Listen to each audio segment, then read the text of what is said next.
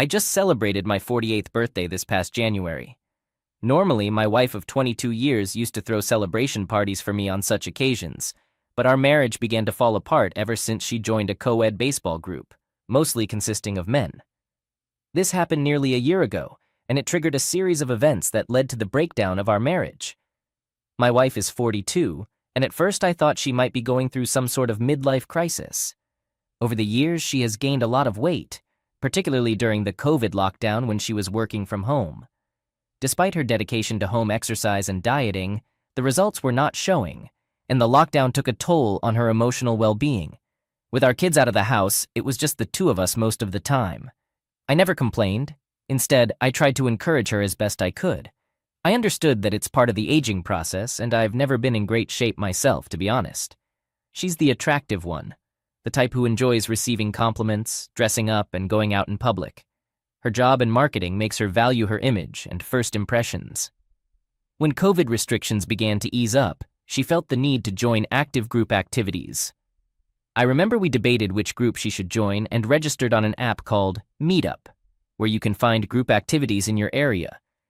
We considered various options, but the most convenient was a baseball group meeting 3 times a week with mostly male members. I wanted to join too, but my work schedule didn't allow it. I work as a plumber and often have late, long hours. My wife thinks I'm a workaholic, and honestly, I enjoy working because of the satisfaction I get from completing tasks.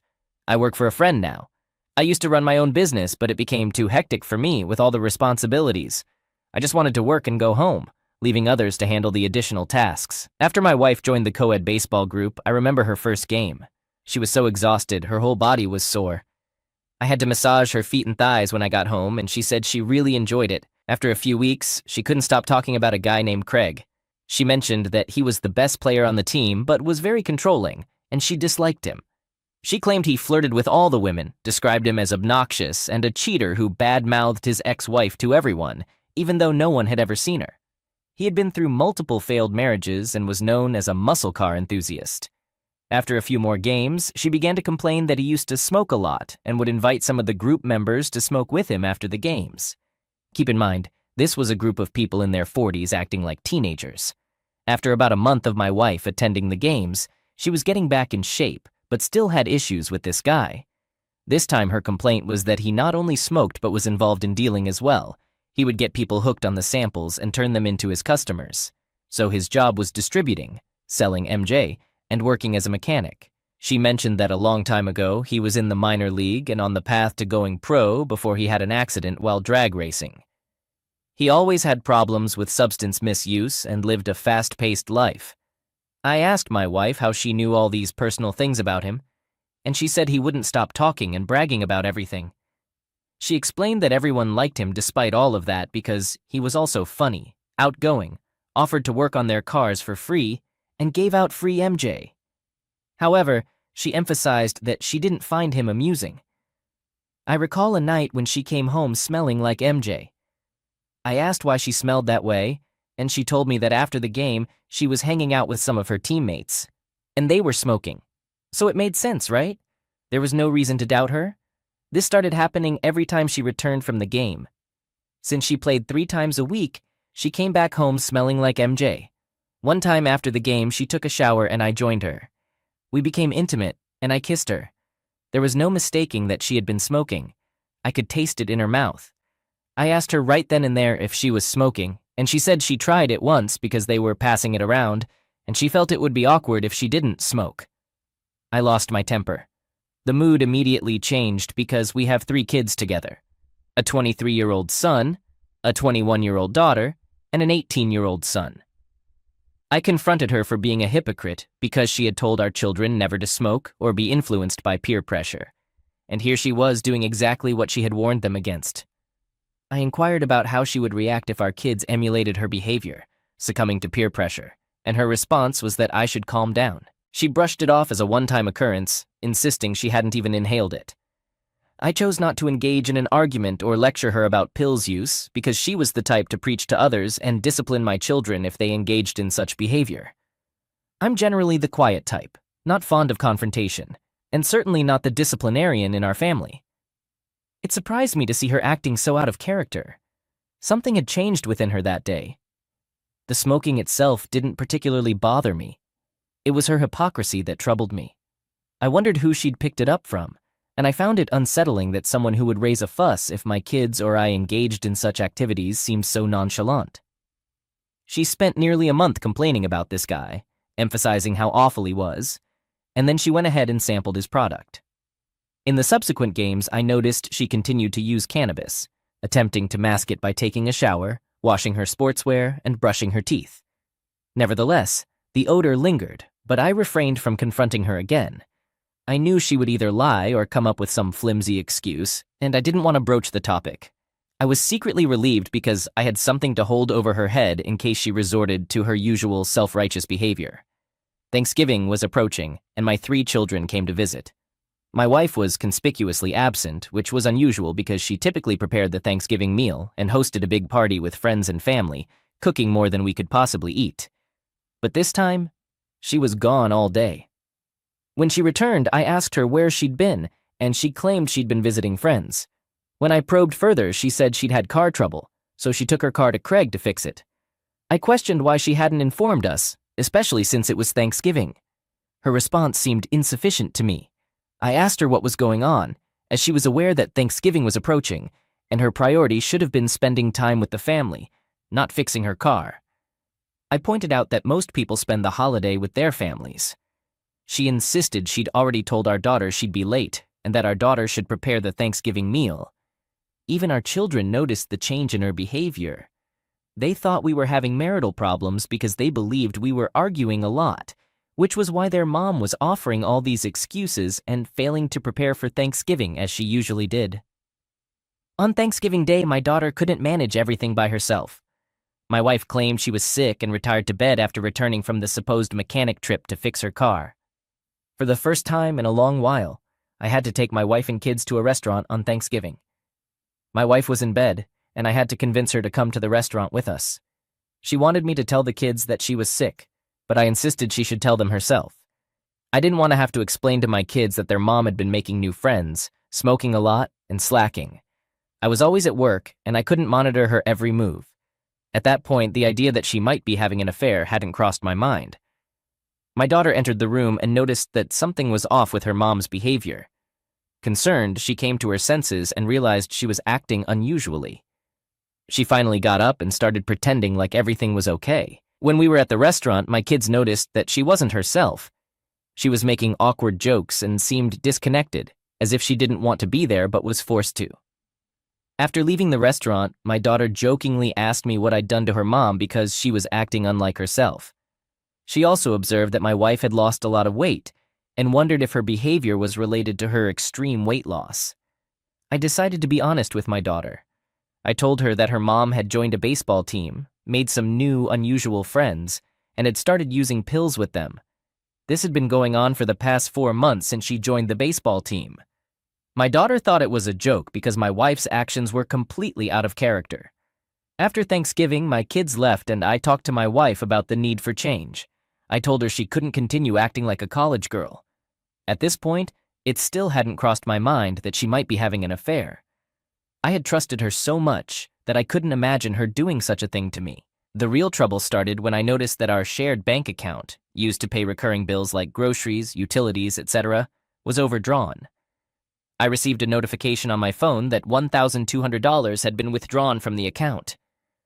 I tried calling my wife, but she didn't answer her phone. I completed my work assignment, canceled the next one for the day, and decided to go home to check on her because something strange was going on. When I arrived home, I noticed a 1964 Pontiac GTO parked on the street, a car I hadn't seen before. I have an affinity for classic cars, which is why it caught my attention. I'm quite the enthusiast for classic automobiles. I parked my car in the driveway, right behind my wife's car, and went to open the front door to enter the house. I immediately noticed that someone had hastily exited through the door leading to the backyard. I assumed it was my wife because her car was in the driveway, and she had been home since her job no longer required her to work in the office due to the lifting of COVID restrictions. As I was about to open the door, the backyard door slammed shut. Believing it was my wife, who I didn't see, I couldn't wait to confront her about the withdrawal from our account. In my rush to ask her about the money taken from our account and why she hadn't been answering her phone, I headed towards the backyard door and opened it. I heard the backyard fence being opened. This alerted me that something was amiss, because for someone to reach the backyard fence so quickly, they must have been running. Therefore, I concluded that it wasn't my wife, and the only logical explanation was that it was a burglar or someone fleeing from me. The person, whoever it was, must have been running because I calculated the speed required to reach the fence within that time frame. The fence isn't visible when you open the backyard entrance door since it's parallel to the building, and parts of the structure block the view. To see who enters or exits the backyard through the fence gate, you have to enter the backyard itself. By the time I reached the backyard and opened the gate, the person had vanished. I surveyed the surroundings and noticed the unmistakable smell of MJ in the air, indicating that someone had been smoking here. Suddenly, I heard my wife calling me from the house, so I hurried back. When I saw her, she appeared as if she had just taken a shower. I inquired about the person who had been smoking in the backyard, and she denied anyone being there, asserting that she had smoked in the backyard earlier because she knew how much I disliked the smell. I told her that she was clearly not telling the truth, especially considering her unusual behavior over the past 5 months and her allowing people into our home. I confronted her about crossing a line. I asked her directly if she was having an affair, particularly with the person who had rushed off our property. She vehemently denied it and acted as though I were speaking a different language. I then questioned her about why she hadn't been answering my calls and the $1,200 withdrawal from our shared account, which we used for paying our bills. She explained that she had lent the money to a friend in need and they would repay it as soon as possible. I was utterly bewildered at this point. It was hard to believe the words coming from my wife's mouth. They sounded like they were from either a gambler or someone obsessed with MJ. The information was too bizarre to comprehend. I asked her if her friend believed she was a bank and why she hadn't sought my permission before making such a substantial withdrawal. She became irritable in response. I warned her that if she had given the money to her friends, there would be consequences. I made it clear that I expected the money back in the account by tomorrow. That evening, I took the time to review all our bank statements and noticed that she wasn't contributing her fair share of money to the account. A significant portion of my wife's income is based on commissions, so the more hours she puts in, the more money she earns. I observed that she was only contributing about 1/3 of the amount she was supposed to, which explained why the account balance was lower than usual and why I received a notification for the large withdrawal. I confronted her about not contributing her fair share and discovered that she was putting in only the bare minimum hours required to maintain her job. I inquired about what she had been doing with her time if she wasn't working. She began making excuses, claiming she was constantly tired due to working out and playing sports to lose weight. She argued that the kids were no longer at home, and we didn't need all that money anyway. I told her that if she decided to reduce her working hours, she should stop lending my money to her friends and cut down on hanging out with her MJ-using buddies.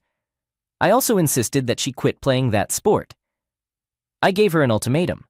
It was either our marriage or her sports, and she reacted strongly. She hurled various insults at me, calling me insecure and saying I wasn't man enough.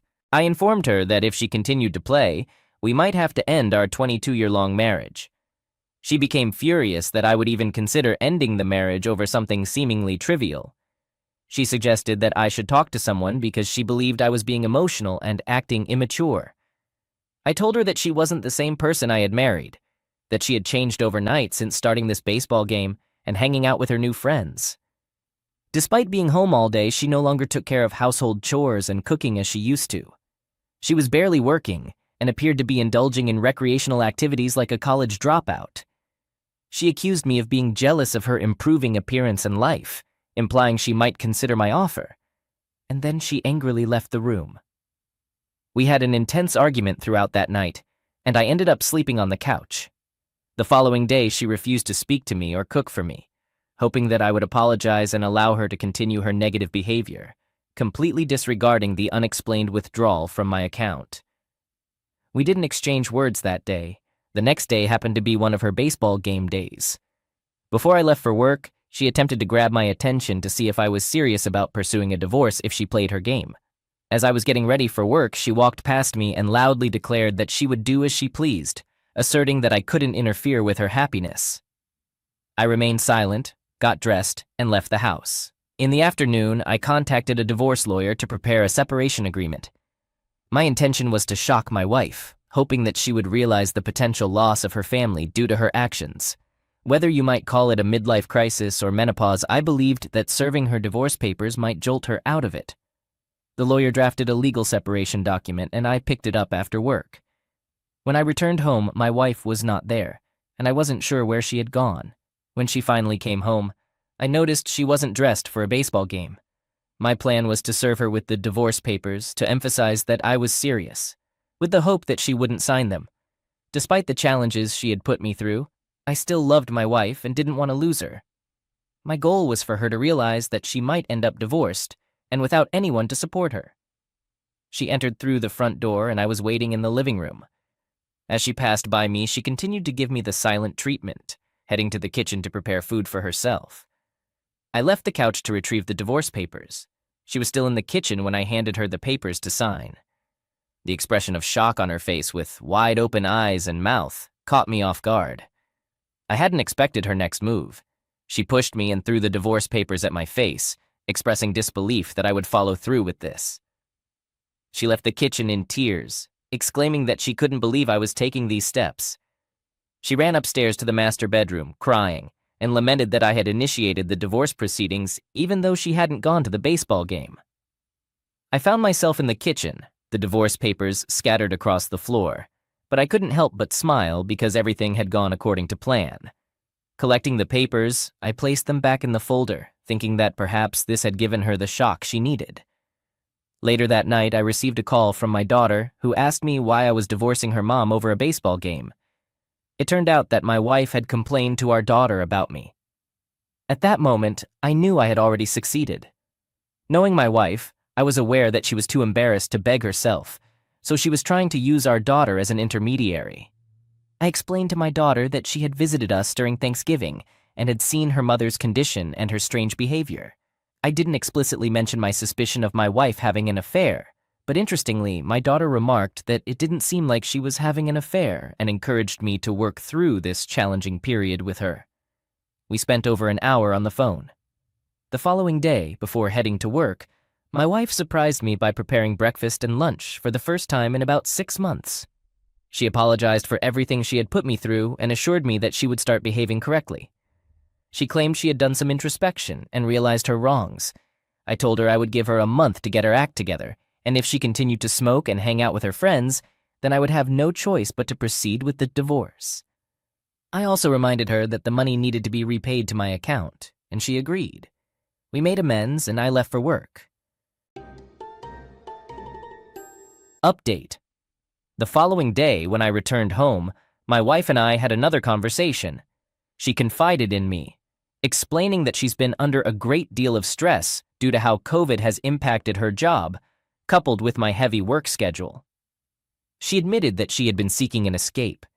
Initially, the baseball game provided some relief, but she eventually succumbed to the allure of MJ and began using it. She mentioned that it had a relaxing effect and helped alleviate her anxiety. For the first time, she revealed that she had been battling depression and had been taking medication for it. Surprisingly, she disclosed that since she started using MJ, her reliance on depression medication had gradually decreased. I asked her about the person in our backyard who had fled, and she claimed there was nobody there. However, I could tell she was not being truthful.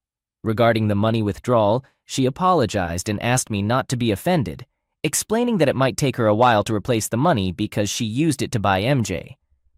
Although I was deeply upset, I didn't want to disrupt the moment, as my wife appeared to be showing remorse, like she was having a significant realization. I hoped that after this, I could finally have my wife back. The next couple of days were relatively normal, as if we had returned to our usual routine.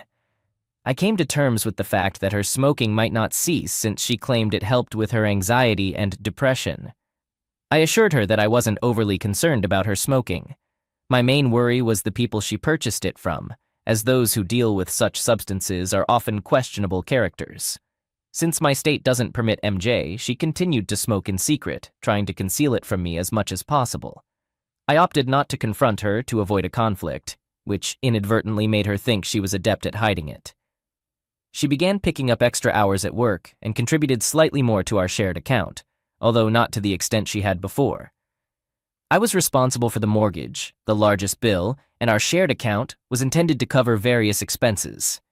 In the end, I was covering around 70–80% of the expenses. One evening, while we were watching TV together, her cell phone rang, and she answered it, then walked into another room. I could hear her giggling from the other room. A few minutes later, she returned to the couch, and I asked her who it was. She got defensive and claimed it was just a friend. I found her reaction unusual, which raised a red flag. On another occasion, I came home early and opened my refrigerator to grab some beer, but it was missing. Since only my wife and I live at home, our kids have moved out, and she doesn't drink beer. I wondered who might have taken it.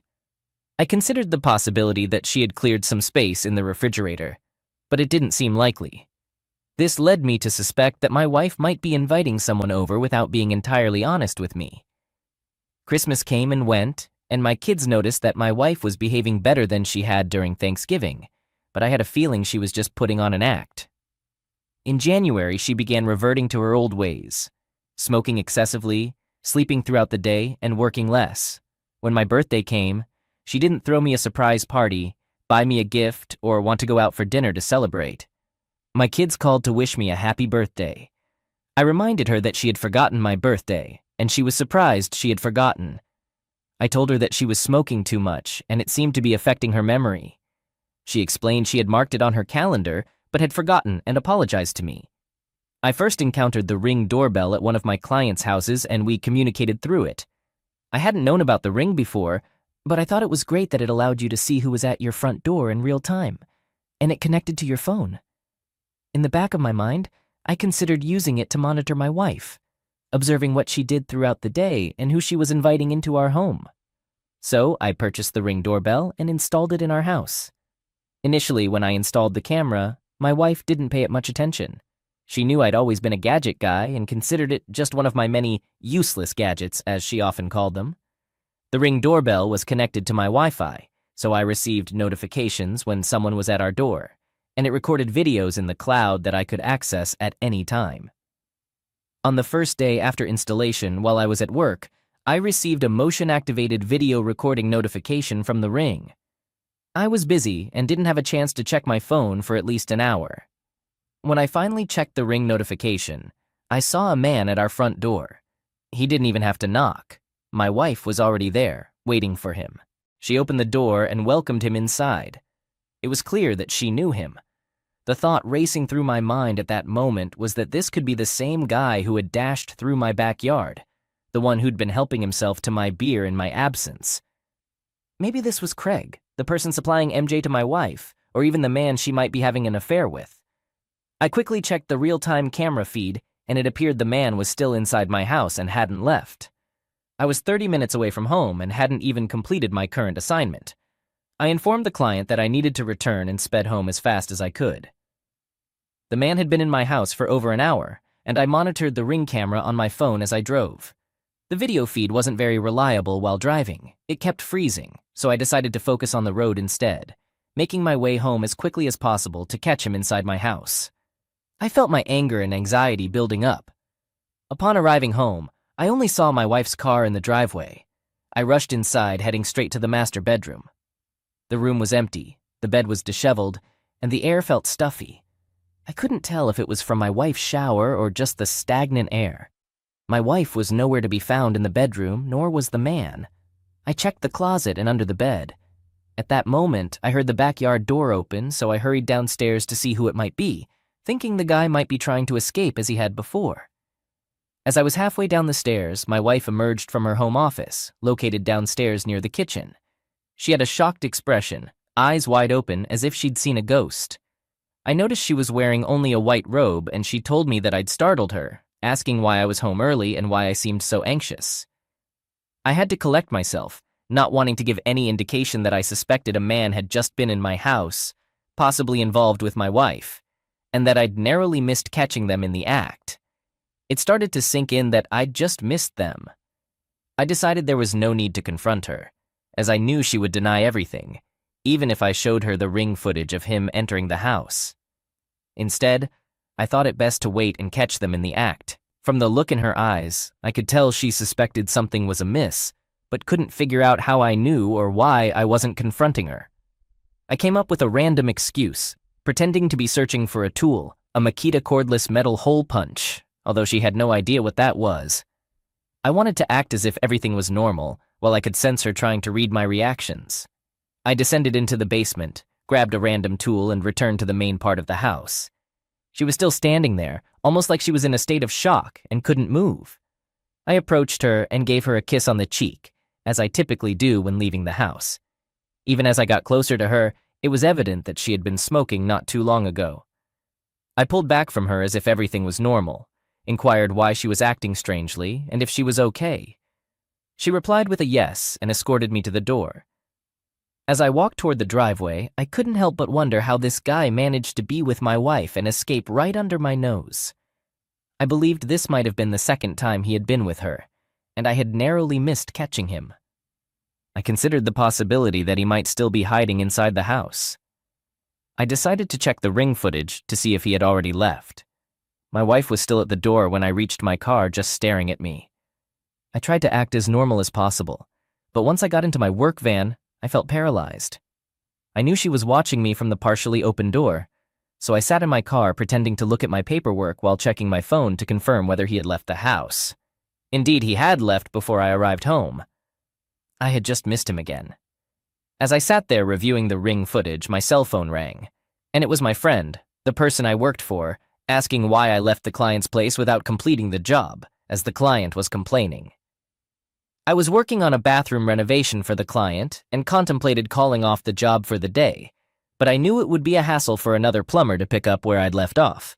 Therefore, I decided to return to work and finish the job for the client.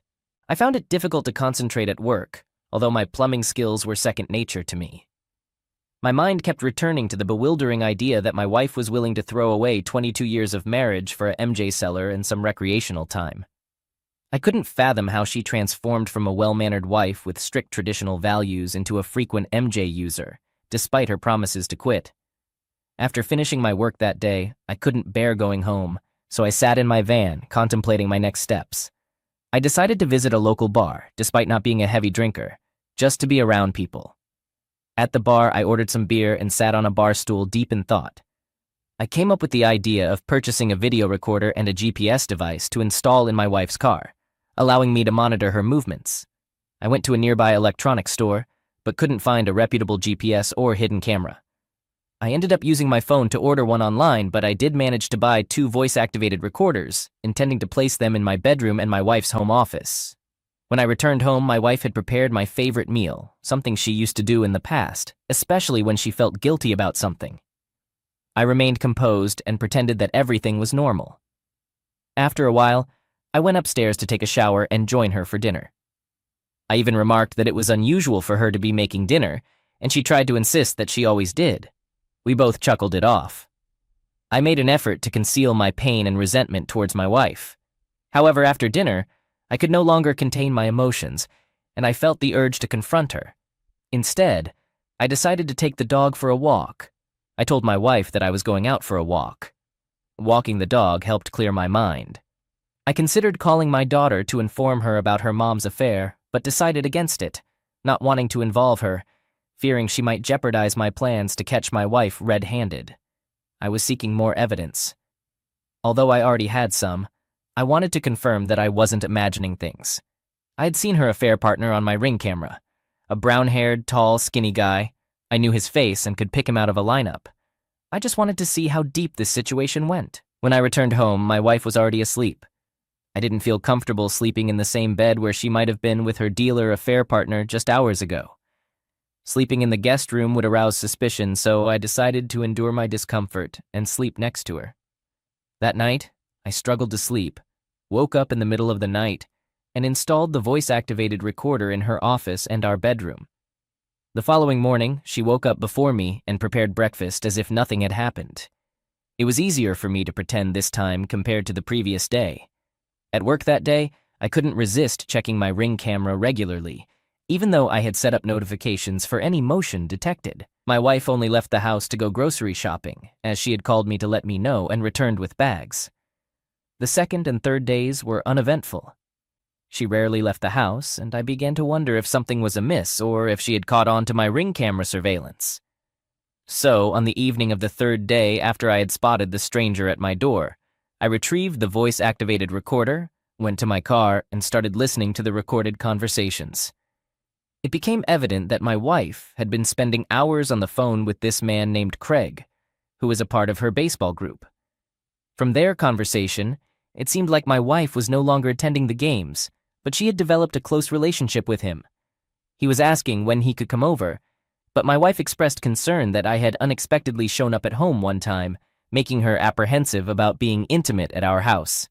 They couldn't be intimate at his place due to his girlfriend and 3 kids, and he didn't want to spend money on a hotel. He suggested they meet in a parking lot, but my wife refused to be intimate in that setting. She had a clear boundary. A parking lot was crossing the line for her, yet being intimate in our bed was somehow acceptable. He proposed that she come to his workplace, where they had been intimate before, but she was concerned about his business partner. Apparently, during Thanksgiving, she went to see him at his shop, and his partner caught them. He co-owns a mechanic shop with his business partner, and his partner didn't appreciate their workplace being used for such activities. Still, he was insistent on having my wife visit his place of business, even if it jeopardized their business relationship, all for intimacy with a married woman. Based on their conversation, it seemed like my wife was receiving MJ in exchange for intimacy, or at the very least, a discount. That was the impression I got from their discussion. Lying in bed, I contemplated my next steps and how to proceed from here. I feared that my plan had backfired because my wife had grown suspicious, potentially missing an opportunity to confront her on D-Day. The next morning, while taking a shower, I had the idea to locate my wife's stash of MJ. I knew she was smoking daily and trying to mask her breath with peppermint and mouthwash to hide it from me. I suspected she might be dependent on it as a coping mechanism since she wasn't taking her medication. My plan was to find her stash and dispose of it, forcing her to invite him for more. The challenge was how to locate the stash without her knowing.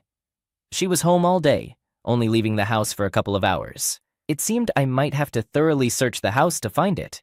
However, I was reminded that my daughter would be visiting our house for the weekend to see her mom. They typically go to her mom's place in the countryside for the entire day, which would give me enough time in the house to search for her stash. This visit was not unusual since they visited her mom about once a month. I had already returned the voice recorder to her office. The rest of the week was uneventful. Looking ahead to when my daughter paid us a visit, she inquired about her mom's well-being, and I assured her that everything was fine. I refrained from revealing anything to her as I suspected that she might inadvertently tip off my wife. My daughter isn't the best at keeping secrets.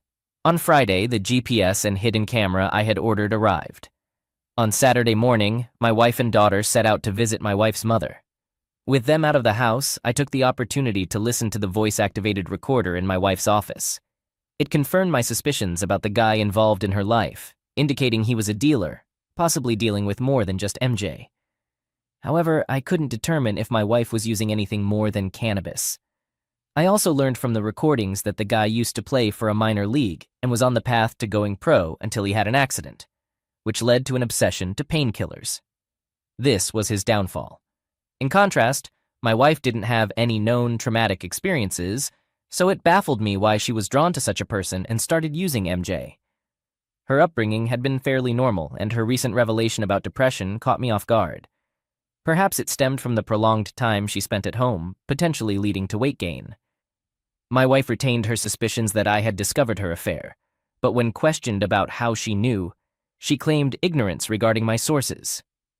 I surmised that she might have made this statement to deter him, as he was eager to meet her before she left with our daughter for the weekend. I installed the camera in both the master bedroom and the living room. My next task was to locate my wife's stash of MJ. I scoured the entire house, contemplating even hiring a sniffer dog. Yet by the day's end, I came up empty-handed, leading me to believe she either had nothing left or had taken it with her. Their return was scheduled for Sunday afternoon. While sitting on the couch watching TV, an idea struck me. I should search the backyard for any potential hiding spots. I ventured outside about an hour before sunset and began inspecting the area. I suspected that she might have buried her stash, but to my fortune, I didn't have to wait long before stumbling upon a Ziploc bag containing MJ and a grinder. I promptly disposed of the MJ down the toilet and discreetly returned the Ziploc bag to its original location. It appeared that she hid it outdoors to avoid arousing suspicion due to the smell. Since she often engaged in her activities in the backyard, and her affair partner had once slipped away from there, I made the decision to move the camera from the living room to the backyard. My goal was to conceal it so that it wouldn't be too conspicuous. Once I had set up the camera, I conducted a test run, and it performed well. This put me at ease, as I could now monitor the activities in my house without my wife having any clue about it. My next step is to install the GPS in her car once she returns from her visit to her mother's. My ultimate objective is to gather evidence against her for our eventual divorce. She came back home that Sunday evening, and after she'd gone to bed, I discreetly installed the GPS device in her car. On Monday morning, my daughter returned to her own place, and during my work hours, I contacted the same divorce lawyer who had previously drafted our separation agreement. I laid out my situation for the lawyer, including my wife's infidelity. I asked how I could leverage the recorded evidence to my advantage, but he explained that it would have little impact on my divorce case, as our state operates under a no-fault divorce system. This means that we can only cite irreconcilable differences as the reason for our divorce, and my wife cannot be penalized for her infidelity by a judge.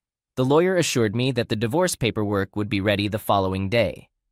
I also confided in my friend, the one I work for, about my situation. He understood that I might have to leave work at any moment because the camera was linked to my phone while I was at my job, allowing me to monitor my wife's movements.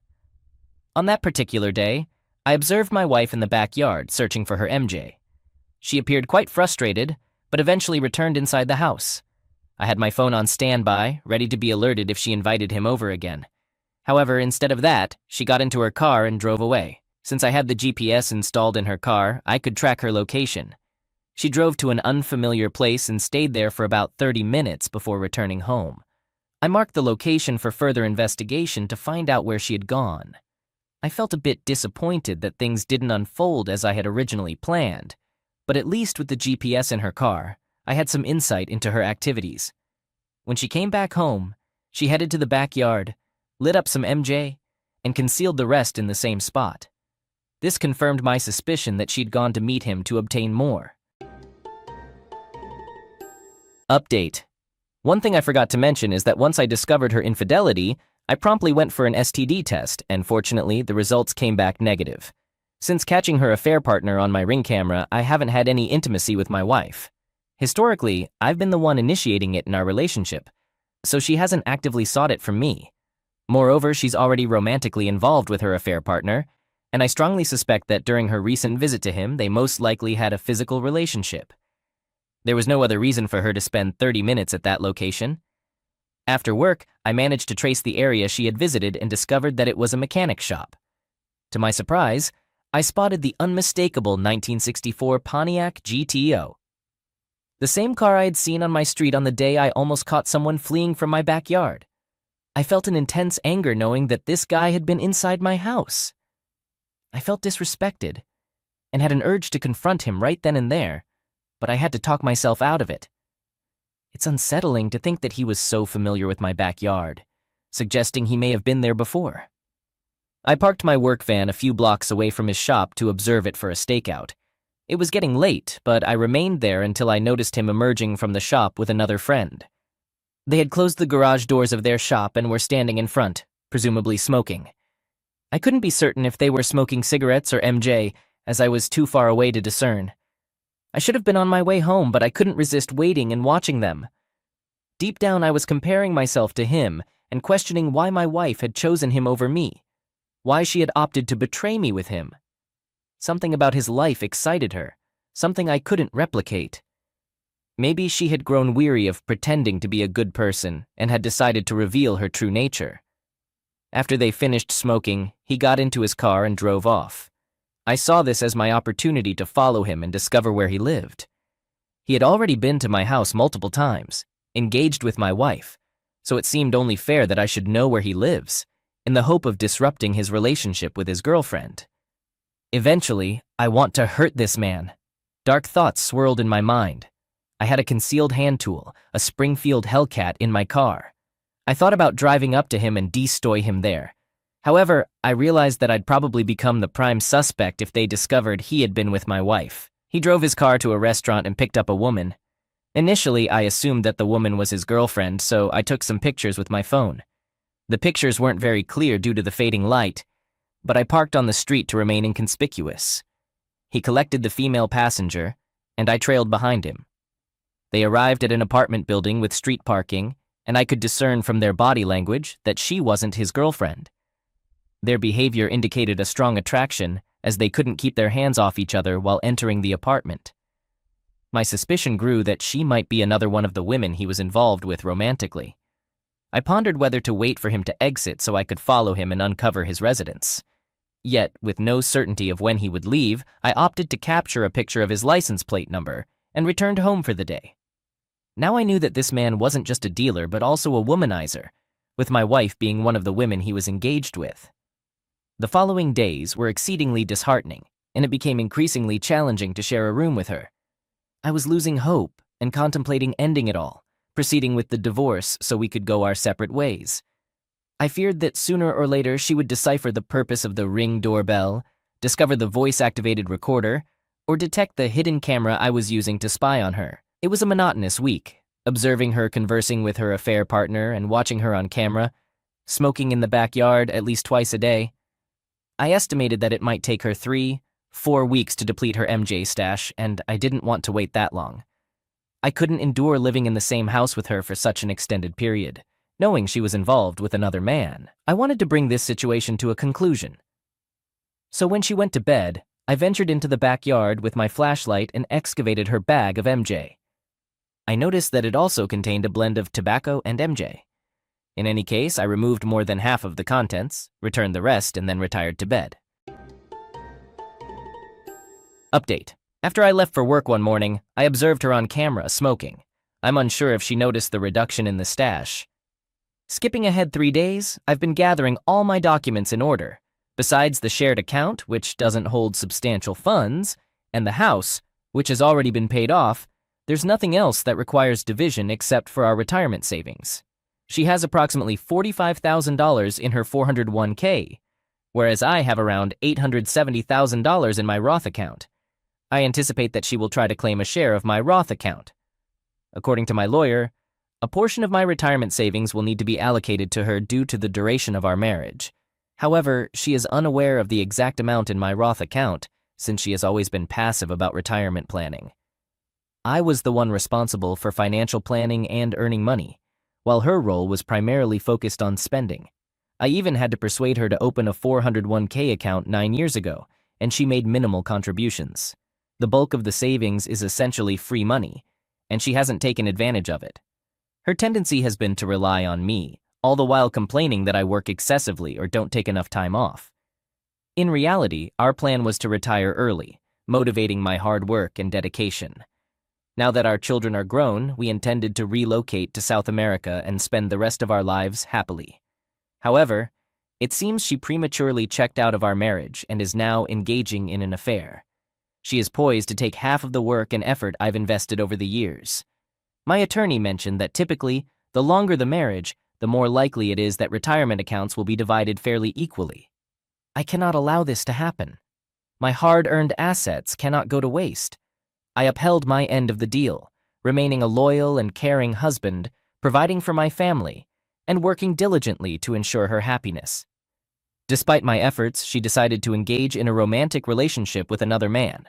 Based on the voice recording, I don't believe she intends to leave me for him. It appears she's merely enjoying the excitement of a fling. I don't think she's willing to trade the stable life she has with me for an unpredictable seller, but she revels in the thrill. She mentioned this on the voice-activated recorder. She can't contain her laughter at his remarks. He attempted to persuade her to leave me, even though he has a girlfriend and young children. I understand that listening to the voice-activated recorder is emotionally taxing, considering the things she's saying about me. Nevertheless, it's crucial that I uncover the truth and understand her thoughts about me. She referred to me as boring and unadventurous, criticized my performance in bed, and suggested that I didn't measure up to him, even dubbing me a 5-minute man, which is not accurate. I suspect she was saying these things to boost his ego. He's only 32 years old, a younger age than I initially thought, possibly because the baseball group primarily consisted of individuals in their 40s, as I presumed. He frequently complimented her, which bolstered her fragile self-esteem. I've come across instances on this site where younger men focus on middle-aged women with self-esteem issues, finding it easy to engage in intimate relationships with them. Using his license plate, I managed to uncover his place of residence and conducted some surveillance by driving past his house on a couple of occasions to keep an eye on him. During these observations, I noticed his girlfriend, and he has 3 children all under the age of 10. One evening, while we were in bed, my wife initiated intimacy. I can't recall the last time this happened, but I informed her that I was too fatigued for it. She became upset because we hadn't been intimate for weeks. My reluctance to be close with her was due to the knowledge of her ongoing involvement with her affair partner. I mentioned that it had been a demanding week at work as an excuse. The truth is, I still find her physically appealing, and I do desire intimacy with her. However, in my view, she has become tainted, similar to a person engaging in street solicitation, and I felt that engaging with her would legitimize her actions. 2 days later, while I was at work, I received a notification from my Ring doorbell and promptly checked it. It was him, and my wife had invited him in, similar to previous occasions. This time I wasn't far from home, only about 15 minutes away. I swiftly got into my car and headed back home, arriving in less than 10 minutes. On this occasion, I decided not to park my car in the driveway to avoid drawing attention, instead parking on the street. I had my Hellcat, which I always carry in my car, although I hadn't anticipated using it. I was emotionally prepared, having had time to contemplate such a moment. My intention wasn't to take a life, regardless of how strong my desire was to confront this man for showing disrespect. However, I had my personal protection, given that he is involved in dealing. I wasn't sure about his potential capabilities. My goal was to confront him at tool point and call the authorities. I hoped that he had MJ on him, which would lead to his arrest. I had my phone set to record, hanging it in my left shirt pocket to capture audio without needing to hold it. To avoid the front door, I chose to enter through the backyard fence, since I believed the backyard was his potential escape route. At this point, approximately 20 minutes had passed since I received the Ring notification on my phone. I carefully slid the bolt of the wooden fence gate latch to open it from the outside, all while keeping my camera in my left pocket, still recording. As I entered through the backyard door leading to the kitchen, I held my keys in my right hand and my Hellcat in my left. Both the backyard and the kitchen doors were wide open.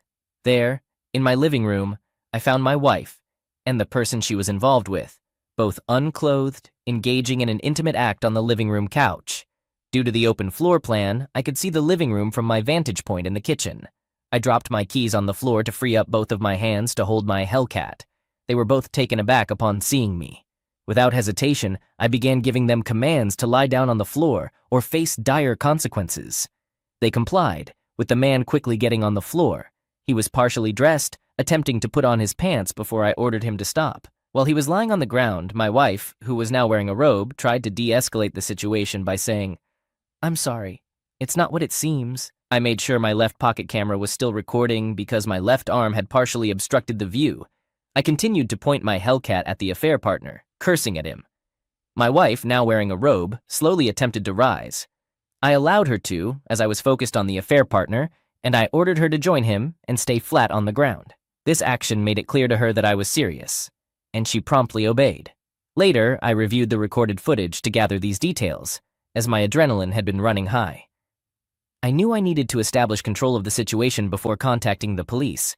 With my wife on the floor apologizing and insisting that her affair partner, Craig, meant nothing to her, he began begging me not to harm him. I took out my phone and dialed emergency. I told the dispatcher that a dealer is selling to my wife in my house, and I have them down at Hellcat. The police dispatcher instructed me not to take any action and to wait for the arrival of the police.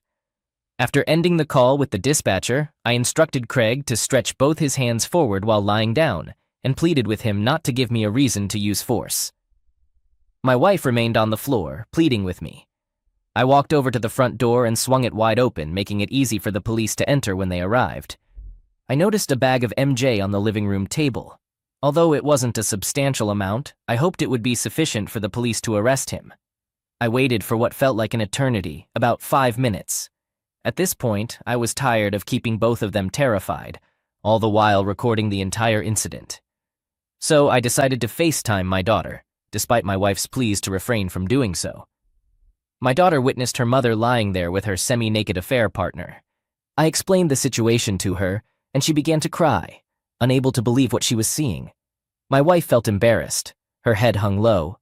As my daughter spoke, I heard the police vehicles pull into my driveway. They entered my house as I lowered my Hellcat. I approached them at the door and briefed them on the situation. Initially, there were 2 officers, but 2 more soon arrived, making a total of 4 officers and 2 patrol cars.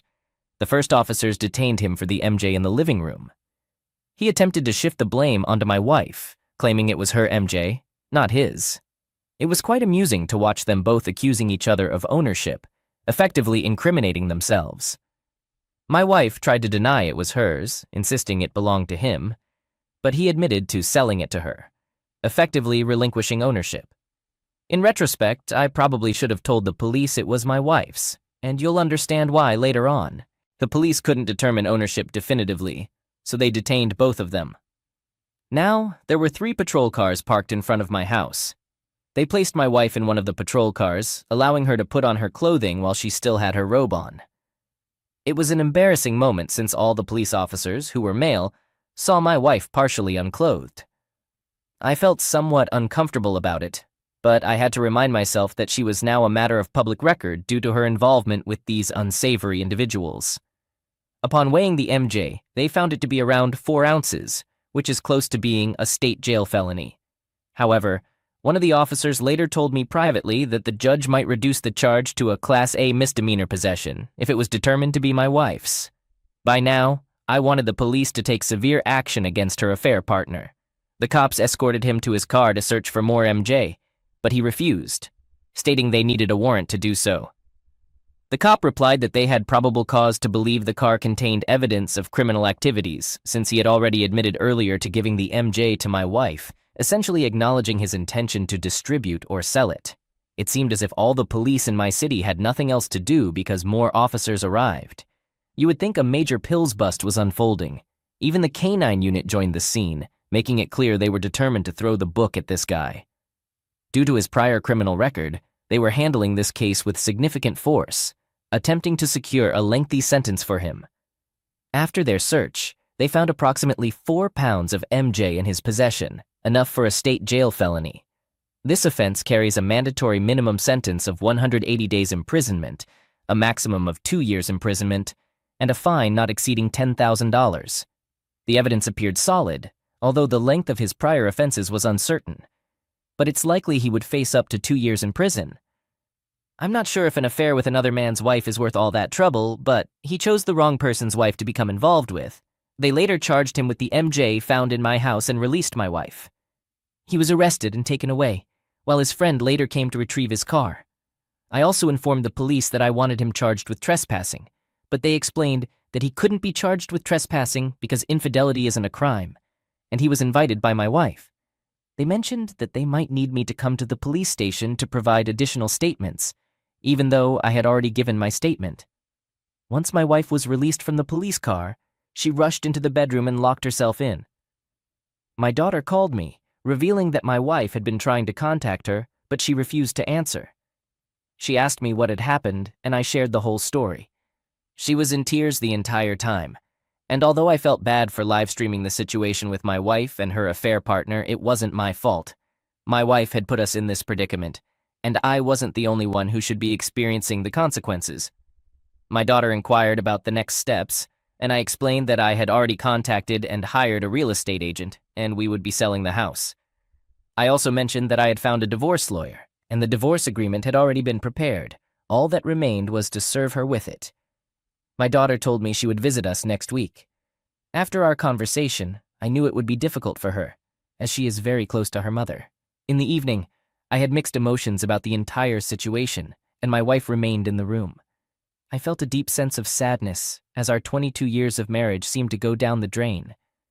There were no heroes in this story, and it wasn't how I envisioned our relationship ending. Just 2 years ago, my wife and I vacationed in South America, visiting countries like Uruguay, Chile, and Peru to look for houses to purchase. In just 1 year, she had thrown everything away, and I couldn't help but wonder why. Her carelessness in inviting him to our home was a shocking revelation. I'm relieved she did because it revealed her true colors, and who knows if she had done this before. He might not be her only affair. That evening, I went to a local bar to have drinks with a friend. We discussed various topics, avoiding any mention of my wife and the earlier events. I was trying to divert my mind from the whole situation. While at the bar, drinking and chatting with my friend, my eldest son called. He had been informed by his sister about what had happened. He apologized for his mother's actions and expressed his willingness to support any decision I made. He understood that his mother had put everyone in this difficult position. This made me proud and emphasized that my son had matured. He also has a serious girlfriend, and they've already moved in together. I used to give him relationship advice, but now I felt like I was the one in need of guidance. When I returned home that evening, I didn't want to see my wife, so I chose to sleep in a different room. The following day, I went to work and had a conversation with my youngest son. I confided in my friend about what had transpired, and he offered his support. He also said he'd understand if I needed some time off to manage the divorce. I left work early to visit the lawyer's office before it closed. I collected the divorce agreement for my wife to sign and contacted the real estate agent to list the property for sale on the MLS. She informed me that she'd come by during the weekend to take some photos. When I returned home, my wife was waiting for me and expressed her readiness to talk. I told her I wouldn't engage in a conversation until she signed the divorce papers. She insisted that I allow her to speak first, promising to sign the divorce papers afterward. She even hinted that if I didn't let her talk, she might prolong the divorce process. I reminded her that she was in no position to make threats. If she wanted a public divorce, I was prepared to take it to the Supreme Court. And this calmed her down as she realized I didn't make empty threats. She requested that I bring the divorce papers for her to sign, but she also asked for an explanation of the terms within the divorce agreement before signing. I informed her that we plan to sell the house and divide the proceeds, with a split of 60, 40 in her favor. She would receive the $4,000 currently in our joint account as part of the agreement. In return, she agreed to an amicable divorce and would not make any claims on my retirement. She found this arrangement fair, and I concurred with her assessment. After she signed the papers, she expressed a desire to explain how the affair had started and the details of her involvement. To her surprise, I informed her that I was already aware of everything. I revealed that I had been monitoring and listening to her conversations with him through cameras and VRs, even showing her where she concealed her MJ. She was taken aback and fell silent. I didn't want to hear any justifications from her as she understood the gravity of her actions. Her tears seemed like an attempt to gain sympathy from me, but I remained resolute, knowing that what's done is done. Edit. It has been 2 weeks since I served my wife with divorce papers, and we have 76 days left for the divorce to be finalized. The house has not been sold yet, but there are 2 strong interests from potential buyers. My soon-to-be ex-wife and I continue to reside in the same house, sleeping in separate bedrooms. My daughter is no longer speaking with my wife, and I'm acting as a mediator, hoping to reconcile their relationship. My sons still maintain contact with their mother but have significantly lost respect for her. I understand that my family will never be the same, and I've come to terms with that reality. Regarding her affair partner, I heard he was released on bail but is still facing court proceedings, and his case remains pending. I believe he may receive a prison sentence exceeding 2 years, hopefully.